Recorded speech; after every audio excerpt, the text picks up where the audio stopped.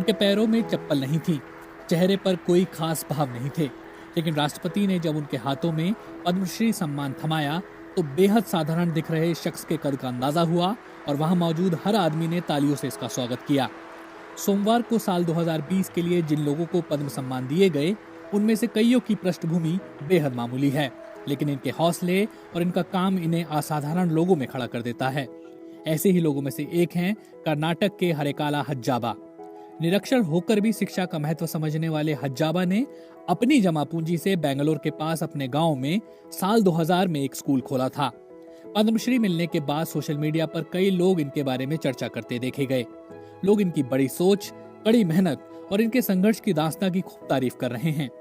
दक्षिण भारत के गरीब निरक्षर फल बेचने वाले हज्जाबा ने सीमित संसाधनों के साथ जो कर दिखाया, वो राज्य सरकारें और कई संगठन अक्सर मिलकर नहीं कर पाते। हज्जाबा ने फल की अपनी छोटी सी दुकान से हुई कमाई से अपने गांव के बच्चों के लिए प्राथमिक और माध्यमिक स्कूल बनवाया। बेंगलुरु से 350 किलोमीटर की दूरी पर स्थित न्यू पाड़पू गांव में साल 2000 तक एक भी स्कूल नहीं था, लेकिन 150 रुपए प्रतिदिन कमाने वाले हज्जाबा ने अपनी जमा पूंजी से गांव में पहला स्कूल बनवाया। बीबीसी ने साल 2012 में जब उनसे पूछा कि स्कूल खोलने की प्रेरणा उन्हें कहां से मिली, तो इस बारे में हज्जाबा ने बताया था, एक बार एक विदेशी ने मुझसे एक फल का नाम अंग्रेजी में पूछा, तब मुझे इस बात का एहसास हुआ कि मैं निरक्षर हूँ। मुझे नहीं पता था कि इसका क्या मतलब है। उन्होंने कहा था, तब मुझे ये ख्याल आया कि गांव में एक प्राइमरी स्कूल होना चाहिए ताकि हमारे गांव के बच्चों को कभी इस स्थिति से गुजरना ना पड़े जिससे मैं गुजरा हूँ। स्थानीय लोग हज्जाबा की इस कोशिश के लिए उनकी प्रशंसा करते नहीं थकते, लेकिन हज्जाबा के लिए प्रशंसा से ज्यादा जरूरी है वो मिशन जो उन्होंने शुरू किया है। साल 2000 में जब उन्होंने इस स्कूल की शुरुआत की, तब उन्हें किसी से कोई खास सहयोग नहीं मिला था।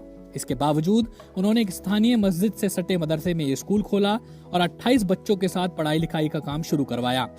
जैसे जैसे स्कूल में बच्चों की संख्या बढ़ी, उन्हें बड़ी जगह की जरूरत महसूस हुई। तब उन्होंने कर्जे के लिए अर्जी दी और अपनी जमा पूंजी से स्कूल की एक इमारत बनाने की शुरुआत कर दी। हज्जाबा की इस लगन को देखकर कई लोग सामने आए और उनकी मदद में जुट गए, लेकिन हज्जाबा के लिए काम अभी खत्म नहीं हुआ था। एक स्थानीय अखबार ने तब हज्जाबा की कोशिशों के बारे में लिखा था और सरकार ने उनकी मदद के लिए 1 लाख रुपए दिए। हज्जाबा ने बीबीसी से 2012 में कहा था, मुझे सरकार की ओर से एक पुरस्कार दिया गया जिसमें मुझे 1 लाख रुपए की राशि दी गई। इसके बाद लोगों ने भी मेरी मदद के लिए पैसे भेजने शुरू कर दिए। तब से लेकर अब तक हज्जाबा को कई तरह की मदद और पुरस्कार मिल चुके हैं और आम लोग उन्हें समाज का नायक मानते हैं। पद्मश्री सम्मान ने हज्जाबा की लगन और संघर्ष की कहानी को एक बार फिर रेखांकित किया है।